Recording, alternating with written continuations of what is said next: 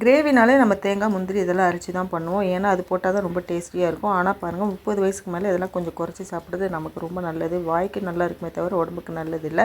நம்ம முந்திரி தேங்காய் இதெல்லாம் இல்லாமல் எப்படி கிரேவி பண்ணலான்னு பார்க்கலாமாங்க. இதுக்கு நான் வந்து ஒரு பேனில் ஒரு 2 ஸ்பூன் அளவு ஆயில் போட்டிருக்கேன். பட்டை லவங்கம் சேர்த்துருக்கேன். இஞ்சி பூண்டும் ஒரு ஸ்பூன் அளவு பொடியாக கட் பண்ணி சேர்த்துருக்கேன். ஒரு மீடியம் சைஸ் வெங்காயம் அதில் சேர்த்துருக்கேன். இதெல்லாம் நல்லா வதங்கட்டும்.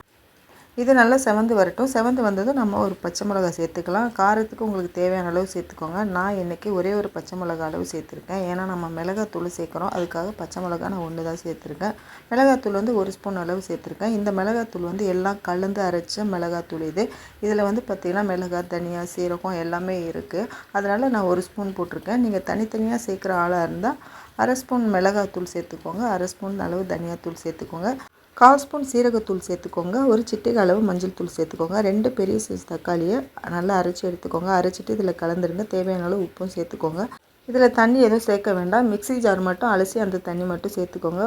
அப்படியே ஒரு 5 மினிட்ஸ் விட்டிங்கன்னா போதும். எண்ணெய்லாம் பிரிஞ்சு வரும்.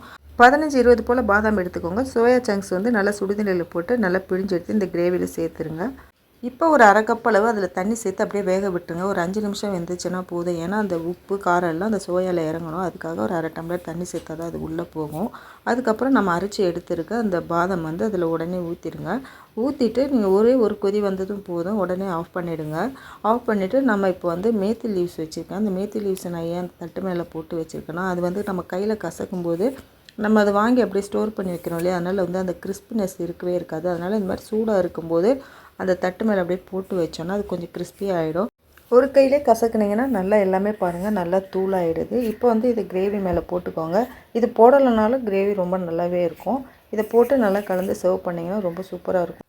இது இட்லி, தோசை, பூரி, சப்பாத்தி எல்லாத்துக்கும் ரொம்ப நல்லாயிருக்கும். ரைஸ் கூட ரொம்ப நல்லாயிருக்கும். ட்ரை பண்ணி பாருங்கள். ட்ரை பண்ணி பார்த்துட்டு எப்படி இருக்குன்னு கமெண்ட்ஸில் சொல்லுங்கள். இந்த வீடியோ உங்களுக்கு பிடிச்சிருந்ததுன்னா ஒரே ஒரு லைக் மட்டும் கொடுங்க. சப்ஸ்கிரைப் பண்ணாமல் பார்த்துட்டு இருந்தீங்கன்னா சப்ஸ்கிரைப் பண்ணிக்கோங்க. என்னோடய சேனலில் நிறைய வீடியோஸ் போட்டிருக்கேன். லஞ்ச் பாக்ஸ் ரொம்ப குயிக்காக ரெடி ஆகிற மாதிரி நிறைய டிஷ்ஷஸ் போட்டிருக்கேன். நான் போய் பாருங்கள். உங்களுக்கு பிடிச்சிருந்ததுன்னா ஒரே ஒரு லைக் மட்டும் கொடுங்க. அப்படியே சப்ஸ்கிரைபும் பண்ணிக்கோங்க. அடுத்து இன்னொரு நல்ல ரெசிபியோடு உங்களை வந்து பார்க்குறேன். தேங்க்யூ.